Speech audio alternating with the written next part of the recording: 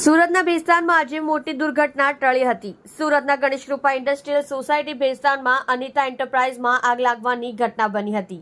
Anita enterprise plot number 29B plot 18 Ganesh Krupa industrial estate ભેસ્તાનમાં આજે બપોરે લગભગ 2 વાગે દુર્ગાશય સાઇટ પર આગ લાગતા 2 મજૂરોને અસર થઈ હતી। પ્લાન્ટમાં જ્યાં કામ ચાલી રહ્યું હતું ત્યાં કાસ્કેટ એસિડ વિસ્ફોટ થયો હતો।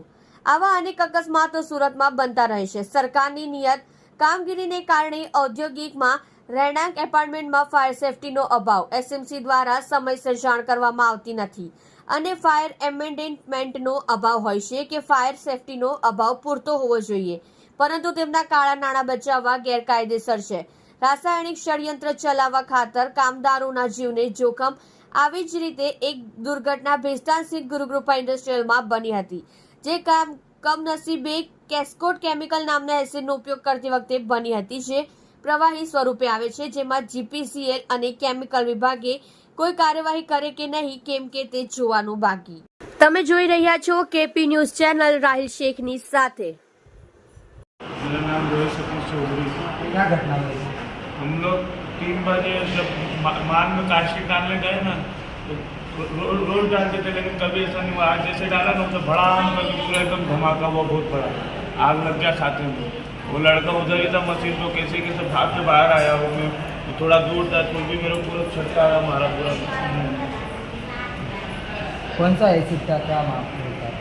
वो कास्टिक वो आता है ना, पोटास आता है कास्टिक, वो जैसे डाला ना उसमें वो डाला, मैंने डाला, वो बंदे ने डाला तो उसका पूरा सब जल गया, पूरा नीचे तो पूरा जान वान सब जल गया। कितने लोगों को इजा पहुंची? हम 2 ही जन हैं, 2 ही जन काम करते गोडाउन में। कोई डेट हुआ? नहीं कुछ नहीं हुआ ऐसा। 2 जन को इजा पहुंची। 2 जन को फोन लगा। આજે કઈ ટાઈપની ઘટના થઈ છે અહીં આગળ?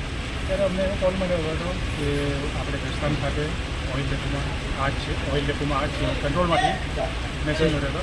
અહીંયા જોતાં અમે એવું જોયું તો કે ઓઇલ સેટિંગનું કામ ચાલે છે, એના ડ્રમમાં આગ પકડાઈ ગઈ। કેટલી નુકસાન એવું થયું છે એવું કંઈ જાણો છો? નુકસાનીનું તો હવે ખ્યાલ માલિકને હશે કેટલું નુકસાન થયું છે, પણ એમાં ઘણા બધા ડ્રમોને આગ લાગવાથી પીગળી ગયા છે અને દબાઈ ગયા છે અને સળગી ગયા છે। કોઈ જાનહાનિ એવું કંઈ થયું છે એમાં? જાનહાનિ એવું જાણવા મળે છે કે 2 માણસોની ઈજા જેવું છે અને એમને કંઈ સિવિલમાં લઈ ગયા છે, સારવાર માટે સિવિલમાં લઈ ગયા છે કારીગરો।